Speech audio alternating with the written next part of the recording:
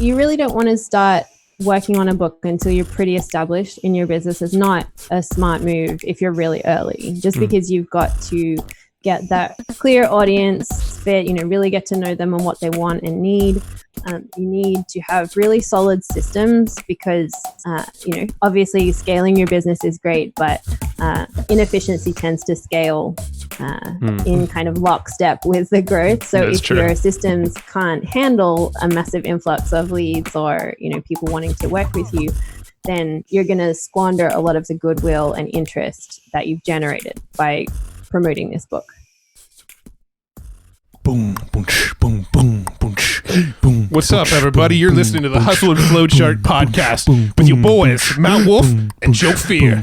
Check it. Welcome back to the Hustle and Flowchart podcast. That's very official announcer voice of you. Was it?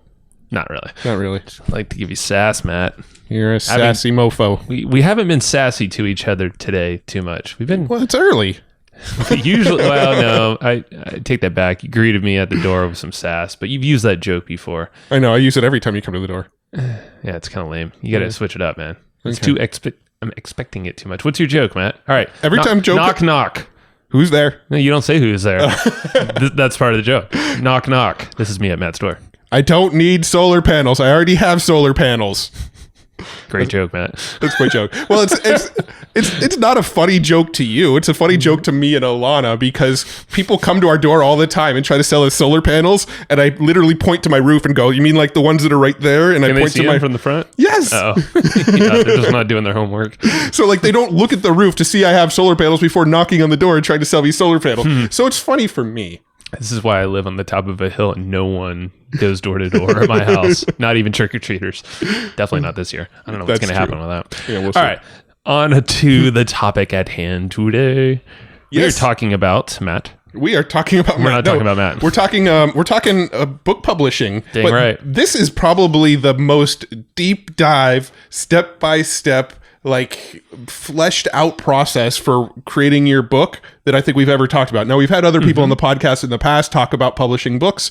This is a masterclass. Well, we went down a whole different route, I think, than the others. But yeah, so we're talking to Laura Gale today, and she is from lauraiswriting.com. Yeah, and she's actually got a book. What's the name of her book? It's great. How to Write This Book. Write, publish, and market your business bestseller. But yeah, it's called How to Write This Book. I love it. So you can get a free copy if you go to lauraiswriting.com. There's a little pop-up that pops up, and you can get it that way. So Laura is freaking awesome.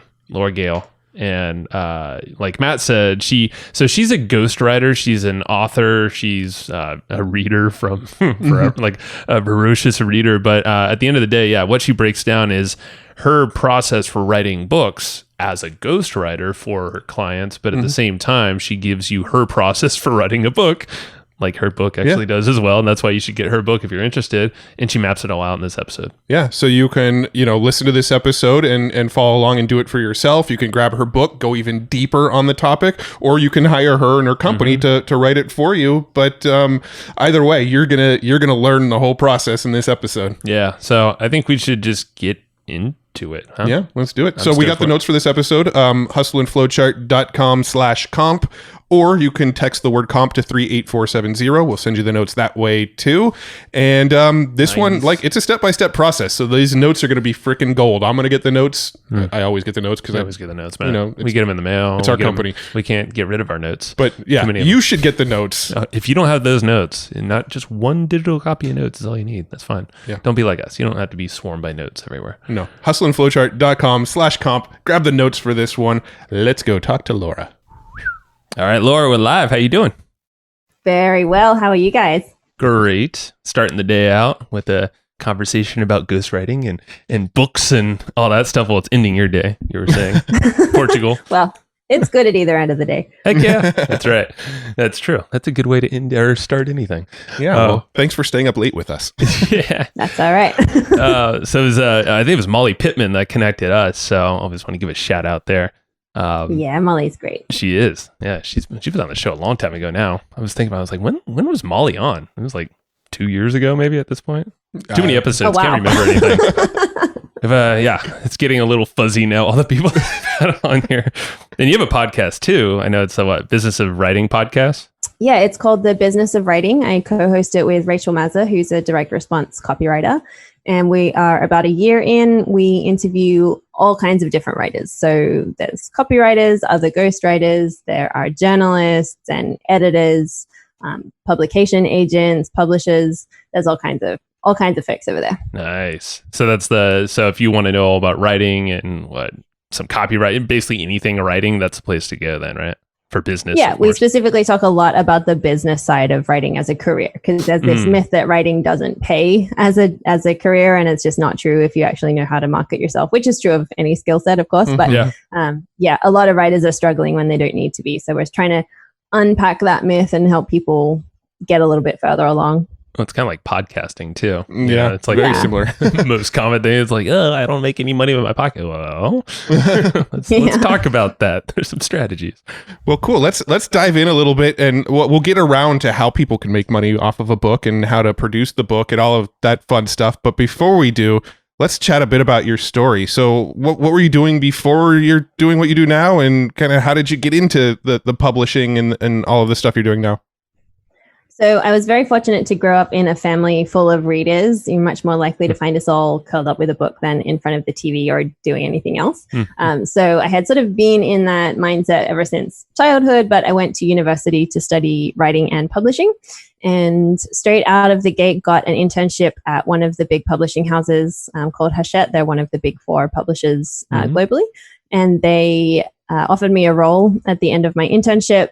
So I got really lucky, basically. I was just in the right place at the right time. And that gave me the opportunity to work with some really amazing authors at the publicity end of the process. So publicity is sort of right at the end where the book has been acquired and edited and it's gone through sales and marketing and everything. And now it's out in the world, and the publicist's role is to make it really get in front of as many people as possible. So I was in charge of getting reviews and throwing parties and getting the authors on festival circuits and that kind of thing. So it was a very social job. It was very fun, and I got to just hang out with authors a lot. So I learned a lot about their process and just getting to sort of understand the mindset of a writer and kind of what it's like for them experientially. So that was super valuable experience early on. Yeah. In 2000, sorry, go ahead. I'm curious. How do authors party? Are they as hard as you might expect? They're generally pretty introverted. They spend a lot of time sort of alone. So most of them psych themselves up that this their festival tour is going to be the one big event of the year, and so they come out guns blazing. It's pretty fun. That's cool for you, though. It's probably another parallel with podcasters. It's probably the same way podcasters party. Podcasters are definitely talking a lot, but it doesn't mean they're extroverts. Yeah, most of the podcasters we know actually are introverts when you meet them in person. That's right. Yeah, totally. And writers are exactly the same. So it takes a lot of self-awareness, I think, to kind of come out of your shell and push yourself to publish something and to go through the publicity process. It's really public facing, and so it takes a lot of energy for people, but it's a fun process. So, but yeah, I finished up working there in 2012. There had been sort of a big change in the industry when Amazon came along and ebooks were sort of taking over, and a huge amount of the industry was just getting laid off left and right. And I just thought, I've got a job right now, but how long is that going to last? So I decided that I wanted to kind of get organized and start carving my own path a little bit. So quit my job and did the digital nomad thing for a while, just taking on content marketing clients and learning copywriting and just basically writing anything that would pay me. And one of my clients, after about a year, said, "You used to work in a publishing house, right?" And I was like, "Yeah, but not really publishing the actual books, it's at the end of the process." It's it doesn't matter. You could help me write a book. And I was like, yeah, I could. I'll figure it. I'll Google the outline of how to write a book. Yeah, exactly. But that project went really well, and he told a bunch of people about the project, and they wanted to do books. And within a year, it had sort of become this whole thing that was all I was doing. So that was quite some time ago now. I'm up to about 25 books at this point. So yeah, it's been a bit of a whirlwind, but it's, I love it, and I get to work with super interesting people and, I spend most of my time talking to entrepreneurs, so there's always plenty of energy and lots of cool innovation and interesting things going on. Yeah, and I'm just like looking at some notes back to the publishing house you used to work for. I don't know if this is correct or not, but were you working on with J.K. Rowling and some other like pretty big names? It looks like here, Tina Fey. Yeah, so I got to be on the publicity team for Bossy Pants, Tina Fey's book, and all of the books that J.K. Rowling released after Harry Potter. So she wrote some crime fiction and she wrote some sort of social satire stuff. She's, I mean, obviously very prolific. So working on her books was really interesting. The biography of Nelson Mandela was obviously a big one to work on. And, you know, there's quite a few very well-known authors that I got to promote and tour with. And yeah, it was just an amazing experience. Well, that's what's maybe it's a blessing for you that you got to work on the publicity side, which is all the marketing and the business side of it. So I guess what are some things, because I'm not super aware from the self-published authors and some of we've had New York Times bestsellers on here, and they always kind of say, yeah, it's up to the author and their team, their marketing savviness to kind of push the book. But sounds like the publisher does do some stuff to kind of kick it off and get it going. I'm kind of curious, like what you learned and took away from the publishing house where you can apply now with like self-publishers and people like that. So I think what a lot of people don't really know is that most publishers are putting out dozens, if not hundreds of books every month. And so if, you know, I'm working on, so publishers are split into what they call imprints, which is basically sections that publish different genres of books. So if I was working on a particular imprint and we were publishing, say, 50 books in a month, there's only so much time that I can spend promoting each one.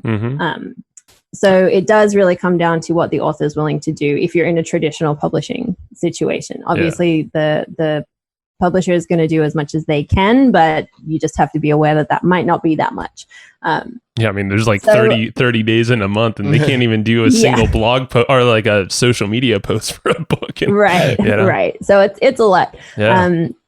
Honestly, there are as many ways as a self-publisher to market your book as you can possibly imagine. You can do so many different things with it, and it sort of does depend what you want the book to do as a project and within your business. So if you're using the book as a way to acquire customers, which I think is probably the primary motivation for most entrepreneurs who write a book, they want to either get in front of a bigger audience or they want to start that kind of sales process with an existing audience.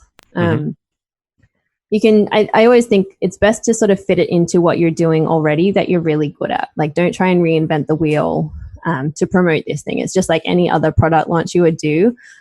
So if you're really great at Facebook ads, find a way to work it into your Facebook ads. If you're really awesome on Instagram, then promote it all over Instagram. You know, if you're really good at live events, which obviously during COVID is a little bit difficult, but you know, if you're having live events, then you can promote it live. Like, there's a lot of different things you can do, and people forget also to take it offline. So, you know, there's still a whole world of media that has nothing to do with the internet. And a lot of those platforms are really starved because people have forgotten about them. So what kind of examples of that? Because obviously there's bookstores, but like what other outside of the internet platforms would you identify there?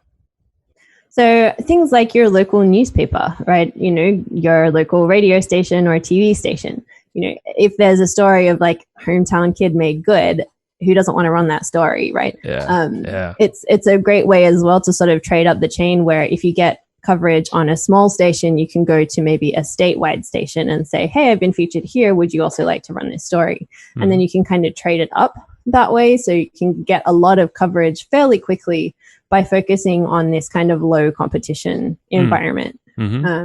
Bookstores, as you mentioned, are another great opportunity. A lot of bookstores will be happy for you to go and do a book signing or an event, you know, a launch party.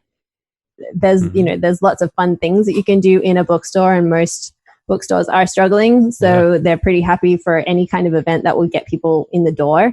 And they're mainly like independent bookstore. Well, I mean, there's not a lot of them, but obviously there's the big chains out there. Would you say target like kind of the smaller stores first? If you're self-publishing, then yeah, I would go just introduce yourself, take a copy of your book, show them what you're about, ask them if they'd be interested in stocking it. You know, a lot of independents have the kind of power to make a decision for themselves, whereas a big chain store has to go through a buying department. And so there's a lot of intricacy that goes into that acquisition process. So if you can establish a relationship with some local booksellers, then that's a really good asset to have as well. But obviously, I mean, most of us are spending the bulk of our time online. So definitely things like, you know, you can do a Zoom party launch. There's obviously email marketing is a huge factor in how you can promote. I think if you've got an existing email list, then do a pre-launch campaign, you know, make the book available for pre-order so that the day that it orders, you know, you're probably likely to hit number 1 in your category on Amazon, and then you can kind of leverage that into more publicity. You know, a little bit of hand outreach also goes a really long way. People don't really think about this because it's very manual and it's time consuming, but you know, emailing people individually to say, hey, I've got this book out. I think it would be great for your audience. You know, maybe you'd like to share it. Can go a really long way. And some of the best results I've had from projects have come from that very high touch kind of interaction with people. I feel like that's the case with everything now, right? Like it's like the stuff that's not scalable is typically going to give you the best quality and probably open up a shit ton more opportunities for you as well, rather than trying to pay for ads and do that whole thing. Yeah, and for sure. You get guys like Gary Vaynerchuk and Tim Ferriss and Lewis Howes and some of them. And one of the promotions I've seen them do pretty much every time they put out a book is they try to get people to buy like in bulk. They'll try to get people to buy like 50 books all at one time to like give away to their audience and things like that. Have you experimented with that strategy at all? Have you seen results doing anything like that?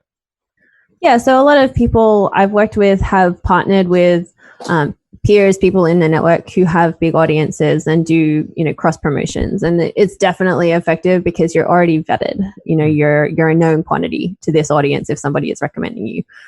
So it's definitely one of the fastest ways to kind of boost your sales velocity. It's definitely something that I really encourage people to focus on. And same with podcasts, you know, if you can promote the book on a podcast and the hosts can give away, you know, a bunch of copies, then like that's just so much value added to the audience. It kind of is a win-win for both parties. Yeah, no, I like that. There's a lot of, I think my favorite idea out of all of that was the Zoom party. Yeah, that's cool. Like I've never heard of that. It's just cool and unique and perfect for now. You mentioned some before we got in the podcast or we started recording, and it kind of came up in my mind, but that writing a book or getting a book done for you through someone else, you know, like a ghostwriter, isn't really a good use of time for every person out there. Can you talk about that? Because, you know, you talked about the benefits, of course, and there's a lot of entrepreneurs that think that they need more leads through a book or whatever it is, positioning. Can you speak into that a bit and like who is good and who's probably not right for staking out a bunch of time or money into writing a book? Yeah, so I think you really don't want to start working on a book until you're pretty established in your business. Is not a smart move if you're really early, just because you've got to get that clear audience fit, you know, really get to know them and what they want and need.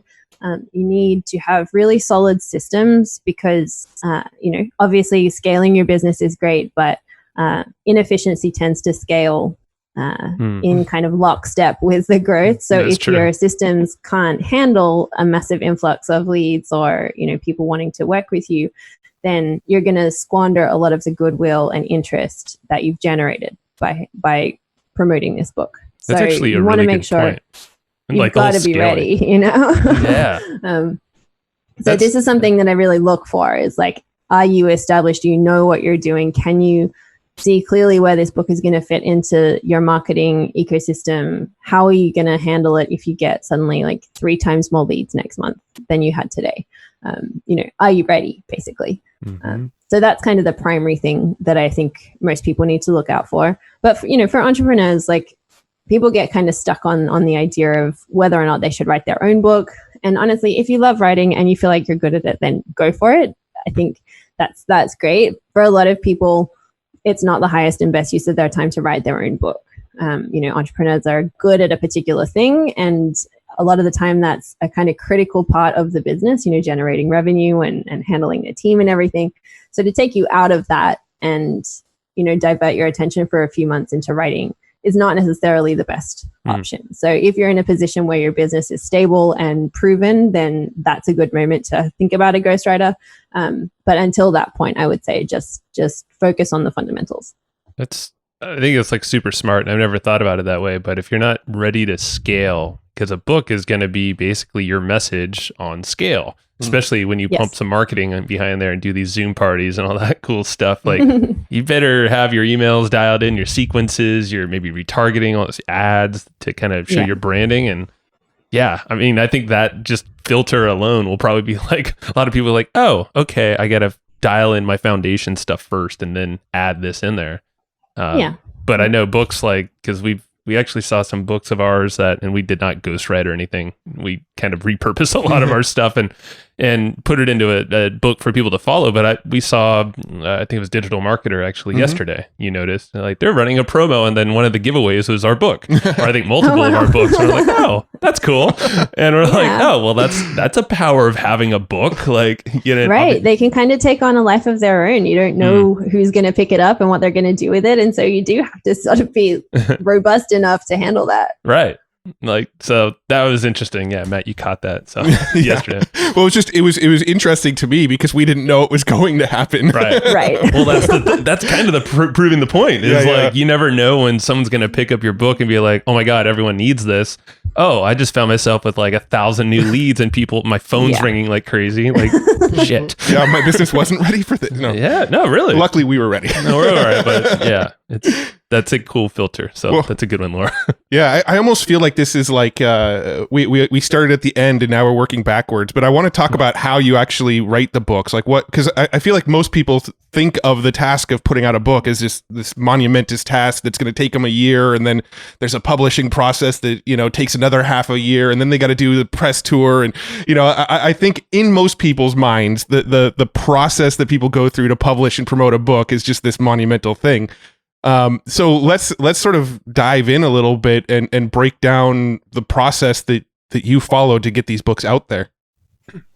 Sure. So, I mean, again, writing a book can be a very condensed process, or it can be a very protracted process. It can take a couple of months, or it can take a few years. And it sort of, again, it depends on how you want to do it. But the process that I use with clients is generally takes about 6 months, kind of depending on what the demands on their time are.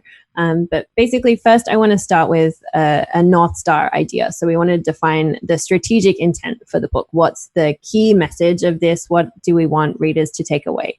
So my role in this whole process is to be an advocate for the reader, to ask the questions that they want answers to ask questions that they don't think to ask the stupid questions that they wouldn't ask but want the answers to. And so, I really want to have a clear sense of what the end transformation is going to be for them. So I really want to understand what the entrepreneur is trying to achieve with this. So that gives me a filter that I can sort information through. So, there's so much information that every client brings and so much experience that they bring to each project that you sort of have to be able to focus on what's most relevant, because, you could write hundreds and hundreds of pages, but maybe only a third of that is going to be actually useful information. So I need a way to say that's good information, but it doesn't belong in this book. So that kind of guiding principle is really critical. Once we've got that, then we start building an outline where I want 10 to 15 big ideas that will become the basis for chapters, where we're talking about the big things that people really need to understand about this topic and that are kind of foundational to whatever that transformation is going to be. Once we've got the outline done, then we can niche down even further and go into the particular stories you want to tell, the specific examples that need to be given, any research that we need to do. And then once we've got that, we just get into interviewing. So I spend probably a third of each project just talking to the client. We just do tons of interviews, and I just ask every question that I can think of. I want to know everything about everything that we've decided to talk about.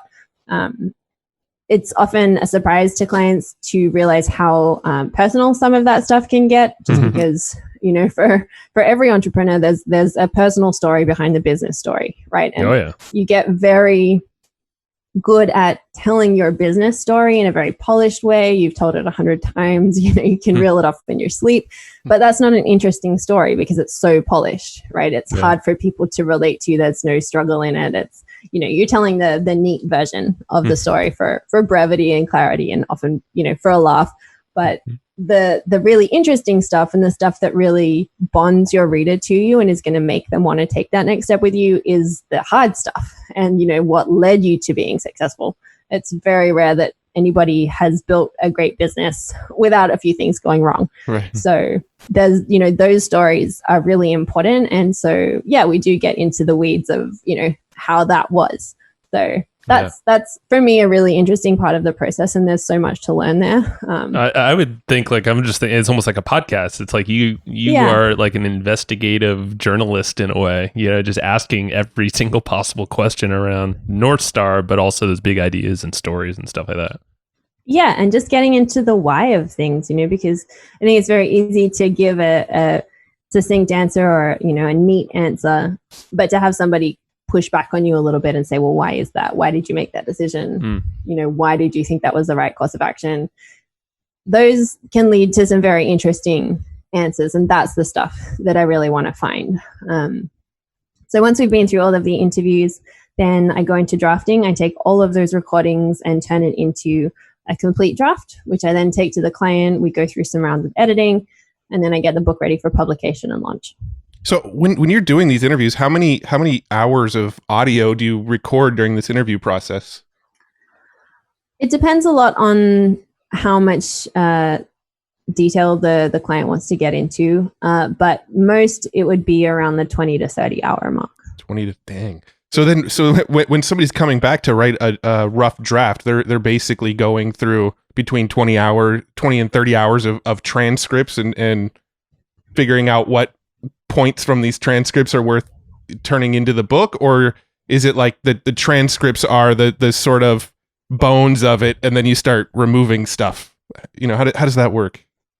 Yeah, I mean, people will cry foul over this, but I do my own transcript work because I've sent it off to many different services and I get very frustrated with what comes back because what happens in conversation is not what makes for good reading. Right. So, to listen to a transcript verbatim, there's lots of switching back and forth and interruptions and forgetting where you're at. And, there's a lot that happens verbally that you don't want in a book. So I listen and write as I go, basically. So it sort of it's like the transcript is, I'm listening to the audio and transcribing, but having the audio more as a narration, and I'm sort of taking down the heart of what's being said. That's interesting. So you're like cutting out the transcript, but you're making your own version of what you're hearing in a more cohesive manner, I guess. Yeah, exactly. So I sort of edit and transcribe as I go. That makes sense. Then it's much, I mean, it's still very much a messy draft at the end of that process. It needs a lot more work after that, but it's in a much better state than if it was just plain transcript. Okay, I'm kind of curious about this, and this is a new thing that Matt's been nerding over, and I'm about to dig in. There's some new tech. I don't want to say the name yet, but I'm curious about like what kind of tech do you use for writing the transcript and the drafts? Like, do you have any interesting apps to help you out, like to connect the dots or anything like that, or is it just like Google Docs, plain and dry? No, I use Google Docs. I mean, I've tried like a machine transcription, and I've also used human transcription. Both of them have their upsides and downsides. The process that I use is I just type it all out in Google Docs, because that way as well it's very easy to sort the information. You can just create kind of a table of contents as you're going, and then it's very easy to find stuff and leave notes. And I will often have an idea while I'm taking transcription that I want to come back to, but I don't want to lose the flow of what I'm doing. So Google Docs makes it very easy to just make a note for myself and keep going. Gotcha. Yeah, and this app that I was going to bring up, it's called Rome Research. Yeah, and to have a peek at that, because the reason I brought that up, I was thinking like, okay, so you're going to have all these different chapters and references to different things throughout the course of all these interviews you do with the author. And this Rome Research tool essentially allows you to do what you're doing, but it finds these connections for you and kind of maps it out for you in a visual state as well. Oh, interesting. So everything's in one spot and you don't have to, and it's all exactly what you said. It's like in pure flow. Yeah. You don't have to jump around all these different buckets or whatever, you know. It's based on the German cool. Zettelkasten system. Yeah, it's very interesting. I think it's a newer tool that's like using AI, but a lot of what you're saying, I'm just like, I think this might save you a lot of time. Awesome. Yeah, check it out. Yeah, I mean, it's more of a tool to like store research so that you can pull research together. I don't know if it would work very well for this is research. I mean, I don't know about transcripts itself, but I'm thinking research and connections. I'm like, well, that's like what you're doing with a book. So like maybe that'll help. Yeah. So that's cool. Good I mean, that's a very clear process. So you do this, it takes about 6 months, you said, for that process for a client then, right? Yeah. Okay. And that's to publish and launch essentially. Yeah. At the end of that 6 months, they should be on sale. Gotcha. Nice. So then you've got the draft ready. What happens after the draft? Do you go back and do your own edits, or do you pass it to somebody else with fresh eyes, or what's the next step in the process? So there are multiple types of editing that have to happen. There's a structural edit where you're looking at, do these big chunks of information flow correctly? So I'm looking for information hierarchy there. What does the reader need to know before we move on to the next thing? So are there gaps here? Is it out of order? Is it confusing? I'm always looking to make sure that everything just flows as smoothly as possible. I don't want the reader to ever run into a chunk of text where they can put the book down, where it's confusing or difficult to read. And so they put it down and don't pick it up again. So that's the structural edit, is just moving big pieces around. The next round of editing is copy editing. So that's where you're going and making sure everything is very more polished, and making sure that there's no kind of cosmetic mistakes. And then you sort of get into proofreading, which is going line by line to make sure all of the punctuation is perfect. There's no double spaces. It's all very detailed. Some of those processes can be repeated. Most books in a traditional publisher would go through one round of structural edits, probably 2 or 3 rounds of copy editing, and then another 2 or 3 rounds of proofreading. It's a pretty involved process. I will do most of that myself, but I always want to hand it off to somebody, because you do lose sight of it. You're just so close to the document that you stop seeing the problems. So once I've done, 4 rounds, 5 rounds of editing myself, then I'll hand it off to somebody to make sure I haven't missed anything. Yeah, that makes sense. Do you ever add like visuals to the books? Do you ever come back and add images and graphs, and like do you ever have like authors that are teaching a technical concept that requires visuals to explain or anything like that? Yeah, it happens quite a lot. A lot of people want to include photos or, as you say, graphs, sort of illustrations of things. It's pretty common and pretty easy to do. So is that's something typically that the person that you're helping write, they would provide that stuff, and then you would kind of figure out where that fits in the book? Yeah, or sometimes I'll go back to them and say, I think an illustration would be great here. This is, maybe a convoluted concept, or there's lots of data or whatever that needs to be kind of visually represented. So this would be a good place. I had one client who had a designer on his team, and I'd say, I would like a graph of, this market development over this many years. And the designer would go and visualize that, and we put that in the book. So that was a really cool collaboration, actually. Nice. Yeah. I have a question about, it's something in your process. You have a phase, I think it was the 3rd phase, about stories and research. And I was thinking, like, do you have a process around creating engaging stories that, suck the reader in and keep them turning that page? Because I know it's a huge part of the book. There are these like really crucial stories, but do you have a way of like structuring these stories that you can share here? So I think there are a couple of things that make for really compelling stories, and people discount how interesting their own stories are all the time. We think it's got to be this like big thing, totally transformational, really, really unusual thing that happened. But actually there's a lot of interest just in the day-to-day of each of our lives. Yeah. And giving people a bit of a peek behind the scenes can be just as engaging as some like big crazy thing that happened. I think what I'm looking for most often is a specific moment in time. It's not so engaging to say, over a period of years, this and that happened. But if you can pinpoint it to, one specific moment where you had like a really strong emotion or something surprised you or there was something unexpected, then those moments are really interesting. Like the book I'm working on at the moment, the client is a filmmaker and he had been in business for 8 years and was really struggling. Like just couldn't work out how to make money with the films he was making. And a client called him the morning his car got repossessed and said, I made $1 million with the film we made. And so that is a really like very engaging story, right? But it's very easy to say, well, I was really struggling. My car was getting repossessed. You know, I was having all of these financial difficulties and whatever. And then I learned that my clients were making all this money. That's a very generalized way of telling the story. But if you say, I was sitting on my bed, my phone rang, I was watching the tow truck pull my car away, and here was, you know, the voice down the line. It's a very different way of telling the story. You want to make it as immediate as possible and as kind of inescapable as you can make it. Yeah, no, that makes a lot of sense.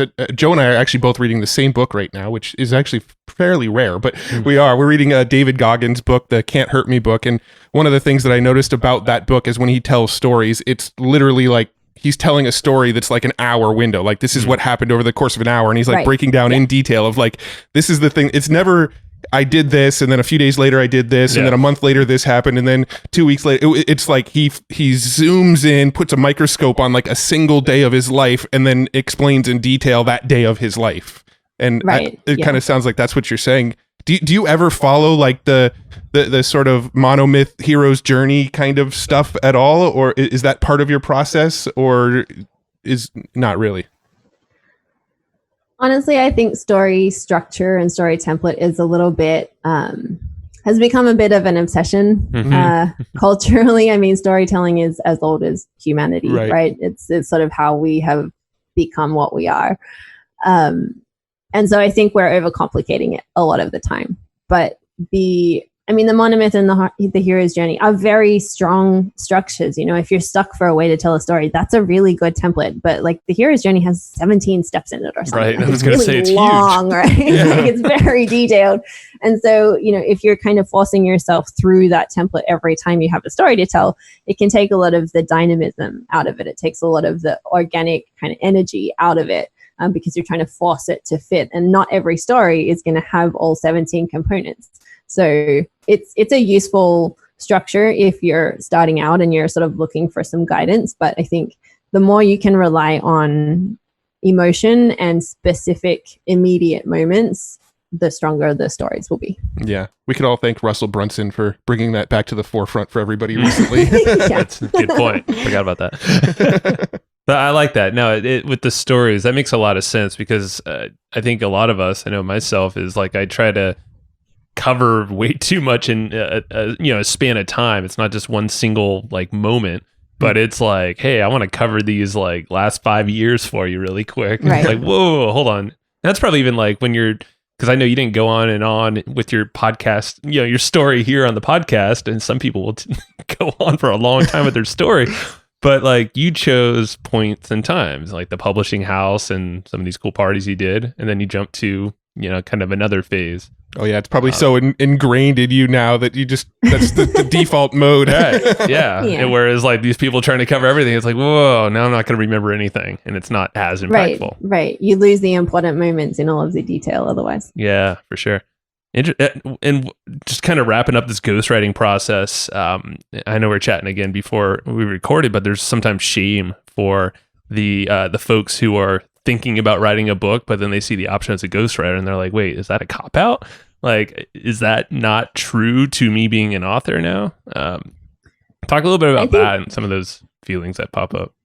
I mean, for a long time, ghostwriting was sort of seen as cheating and really like a lowbrow form of literature and not really worth people's attention. But I just don't see it. I can't see it that way, you know, because if you're an entrepreneur, you're not doing your own taxes, right? You're not like, you know, if you've got kids and they're in school and stuff and you're trying to run a business, you're not trying to teach your kid math. And, you know, maybe while we're all quarantining, that's not the case. But that might change now. You want to have other people with expertise taking care of the stuff that you're not best at, right? And it just doesn't make sense to me for most people to write their own books, because writing is a skill set that takes a lot of practice and it takes a lot of time and it takes a lot of reps to get, good at a level where most people would be happy with the final result. So, I've been writing since I was 18 and, that's a long time. And reading for a long, long time before that. Right, exactly. A lot. And, as I read, I'm reading as a writer and I'm looking for what the writer is doing. So I'm constantly, gleaning little bits of expertise from everything that I read. I think cool. the idea that it's not really your book if you don't write it yourself doesn't ring true to me, because we spend so much time getting your information and your voice. Like the whole point of the interview process is that I am not present at all in the end result of the book. I want it to be entirely the client.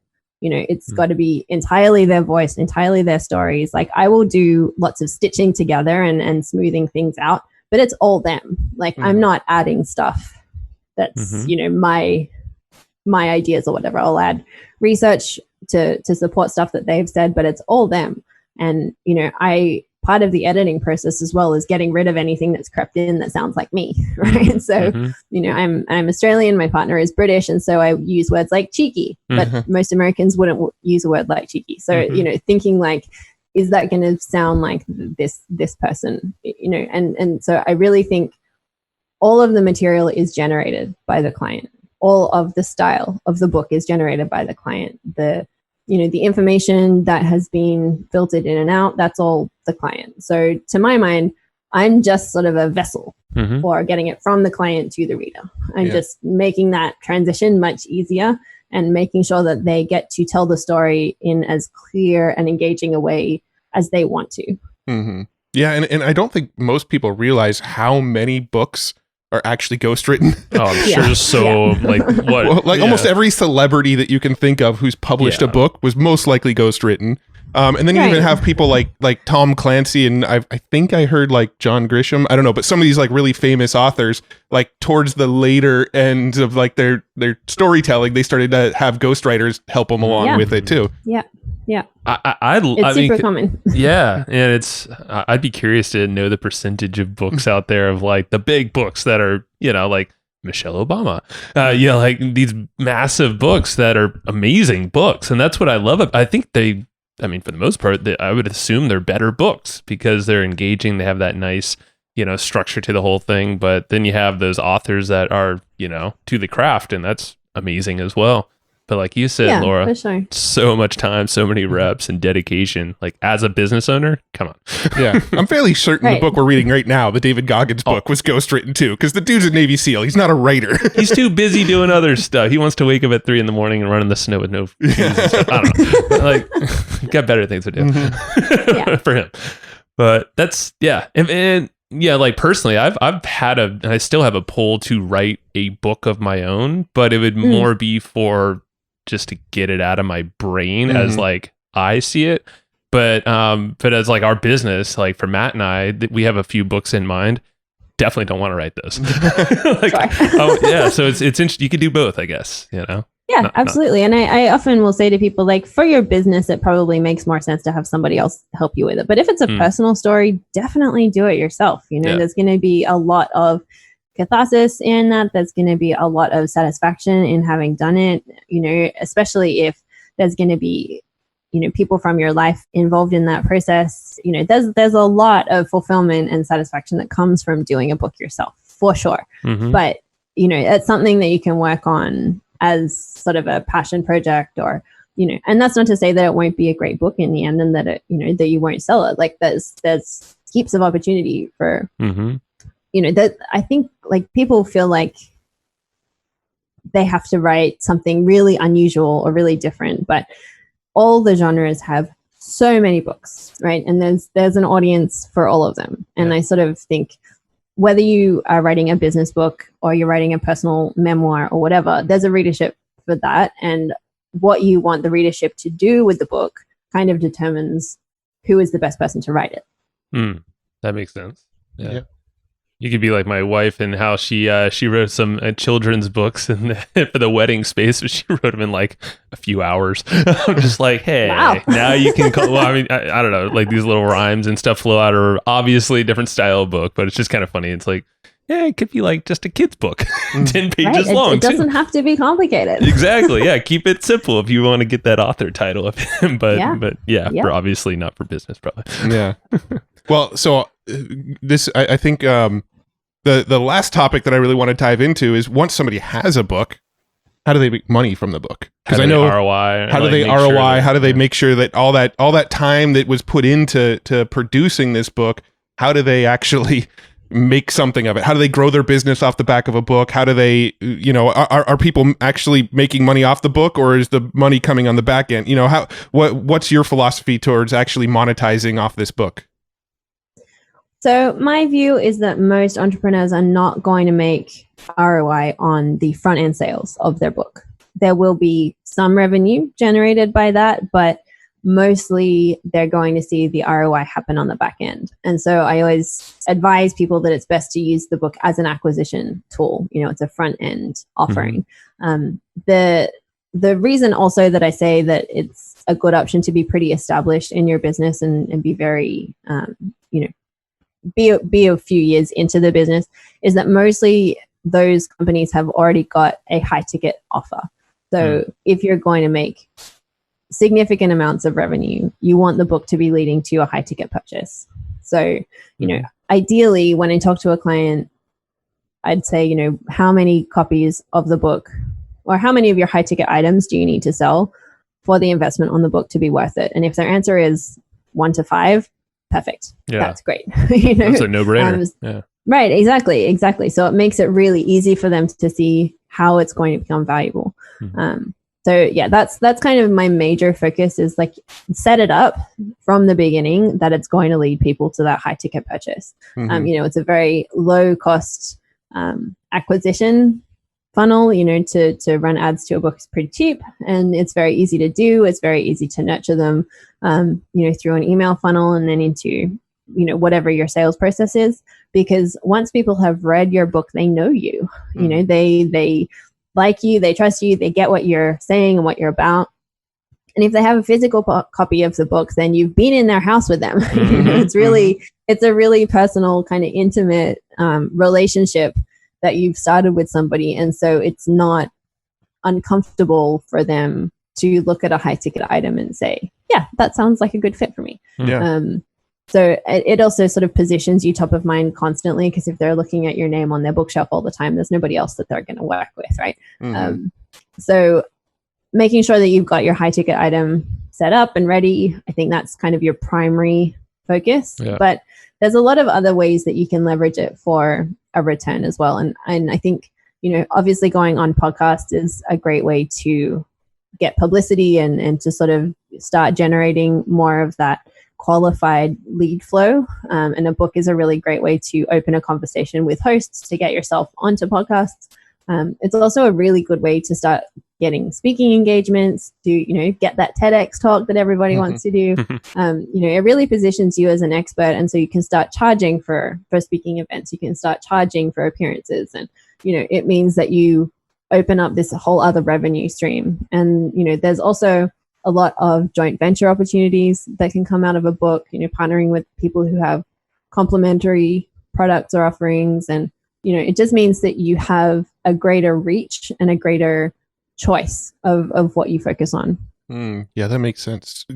Going back real quick to the, getting a return on investment, I'm sure there's like a range dependent on a whole bunch of factors, but what sort of investment does a typical person put into getting a book created?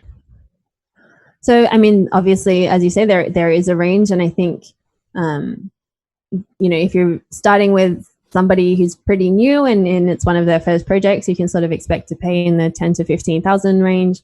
If you're working with a Pulitzer Prize winner who has ghostwritten for, every celebrity you can think of, then it's probably more like 100,000. Gotcha. I'm pretty squarely in the middle of those, but,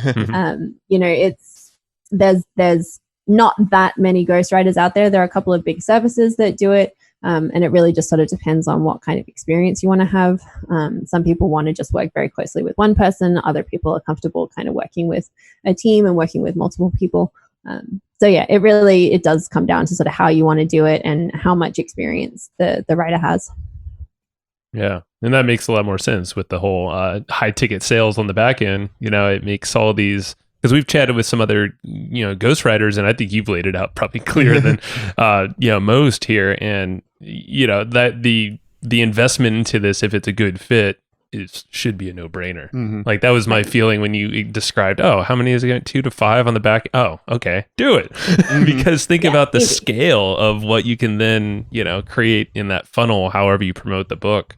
It's kind of like a podcast. I hear so many relations to like, relatable things from a book to having a podcast. Similar things like you're top of mind. It's very intimate. It's usually like a 1-to-1 thing, but you do it at scale. Mm-hmm. And they get to know you, they like you, they trust you. It's kind of like that can be your entry way into more that happens after the fact. Yeah, well, and also a lot of the digital marketer world has this sort of need to feel legitimized by being in like traditional media too. They want to be seen on TV and radio and in magazines and the Inc.com, and you see the digital marketers trying to be on the Inc. 500 lists and all that kind of stuff. And I feel like a book is that sort of bridge over that gap between digital marketer and traditional media, if that's a path that you want to take to grow your brand.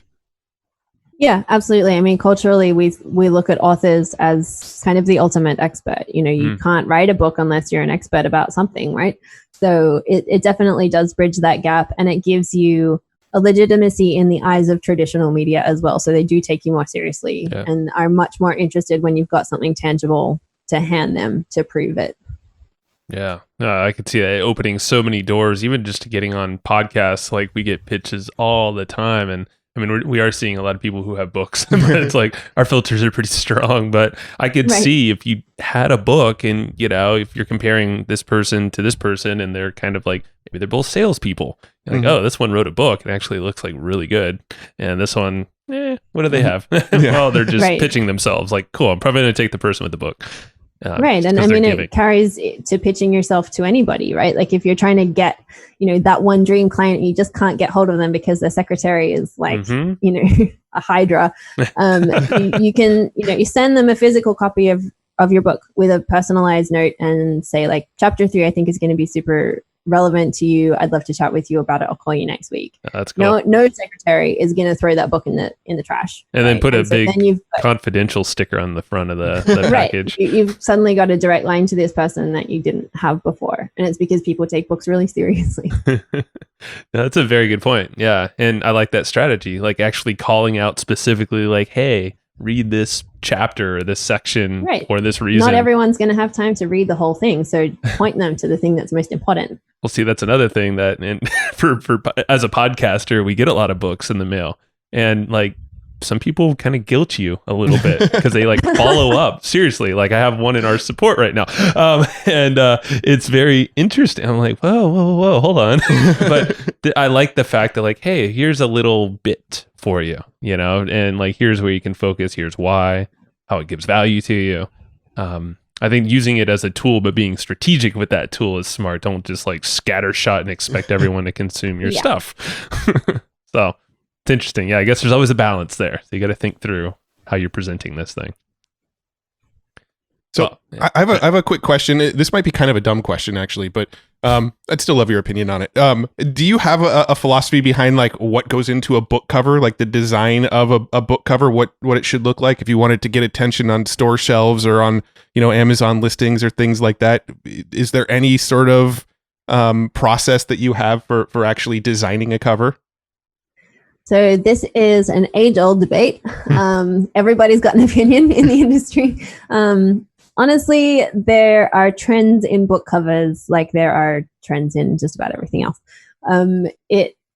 Some years you'll see tons of text-driven covers, a very stark white background with big block letters, or a yellow background with big black letters. And every other book will have that cover for a year. Or you'll get something that's got like a kind of an animation style illustration, a cool little figure or whatever that's kind of demonstrating what the book is about, and a smaller text element.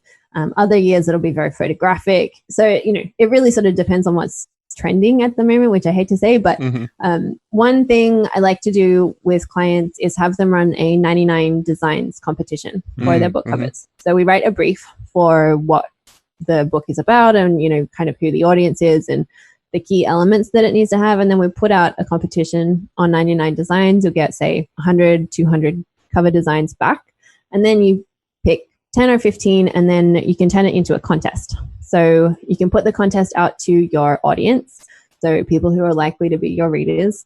Put it on your Facebook, send it to your email list. It's just it's a really simple poll. Basically, people can rate the covers and leave comments. So if you have an engaged audience, this is a really good way to test what people are going to respond to. It's often not the cover you think is going to win, but often one or two will take it by a landslide. So it's a really useful way to make sure that what you think the book should be is in line with what readers think the cover should be. I like that. Yeah, it's crowdsourcing the design, and then you're crowdsourcing the selection of the design with your community that you're most likely going to have, because you're going to have your audience built and infrastructure and all that stuff before you ever write a book. So right, and I think like being in the marketing space, testing is really important, right? Like everybody thinks of books as this very creative pursuit and everything, but it's like everything else. You can test every part of it. You can test the title, you can test the cover, you can test the length, you can test with pictures, without pictures. There's a lot that you can get a sense of, even just from sending it to early readers. Pick a handful of your audience or some people who really know you and your business, and send different versions to people and see what kind of reactions you get. You don't have to just do one kind of boilerplate version of everything. It can be a bit dynamic, and I think some of the best successes have come from when we've gone to early readers and said, what do you think about this chapter, or does this section make sense to you? And someone will come back and say, I really needed an illustration for that, like I don't quite get it, I need like a visual representation. And okay, so that's going to help keep that person really engaged past maybe a difficult section of the book. And I think there's just no such thing as too much information when you're trying to put this kind of thing together. Yeah, no, that makes a lot of sense. And I feel like this whole session that we've just had with you made way more sense than I've like of the ghostwriting process and the why behind a book, and even what happens after the book. And you actually made it fun too. So I think that says a lot about. This is another just real quick random question. Do self-published books, do they ever really make like the New York Times bestsellers list, or the big list that people try to get on, or is that still like kind of reserved for traditional publishing? It's very difficult to get on those lists as a self-publisher. It is possible, but you have to sell, I think it's something like 50,000 copies in your first week. It's a very high bar, and a lot of those lists are actually editorial products. So there was a quite famous case in the 80s where the author of The Exorcist took the New York Times to court because he had sold so many copies of the book that he should have been number one for weeks and weeks, and they didn't list him at all because they didn't consider it highbrow enough.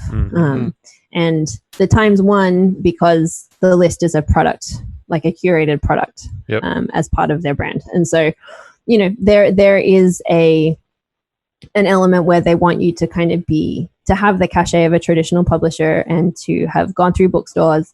There's still quite a lot of tension around Amazon with a lot of the other big media platforms. And so, it's a little bit fraught. It can happen, but you've got to really get everything on your side. You got to lean into their business model because it's their model. Yeah. It's not like they're not obligated to list you. So I could see why they won that, even though it sucks for the Exorcist guy. Probably did a great job, but we obviously did. I'm sure it worked out well for him in the end. Yeah, I hope so. Yeah, it's fine. All right, Laura. So I know you have a book, and I love the title of the book because it's How to Write This Book. Can't really get more obvious than that. Tell us about that and how people can get their hands on a copy of it. So that book details the entire process that I work through with clients. So everything from start to finish. So kind of everything we've talked about here in great detail. And if you want to grab a copy of that, you'll certainly be able to replicate that process for yourself should you want to do it yourself. So you can go over to my website, which is lauraiswriting.com, and a little pop-up will show on the page, and you can just pop your email in and I'll email it straight to you. That's awesome. lauraiswriting.com. Perfect. Yeah. And if they want to check out your podcast, where can they go for that? So that is The Business of Writing, and you can get that either at thebusinessofwritingpodcast.com, or you can go to Spotify, Apple, Stitcher, all of the big platforms, and find it over there. I like how you started with Spotify on that before Apple, because that's how the world is these days. I'm a diehard Spotify fan. Same. Well, you're on the good side of the fence because, or whatever this is, because like they're basically taking over. Yeah, we try to push people to Spotify to listen to our show now more than iTunes. Yeah. Right. So, I just want to be able to listen on double speed. Right. Yeah. That and soon to be video and all that stuff. Yeah, right. Watch out. Yeah. All right, Laura, this has been great. Thank you for your time. Thank you so much for having me. It's been really fun. Hey. Thank you for listening to that episode. This is Joe Fear.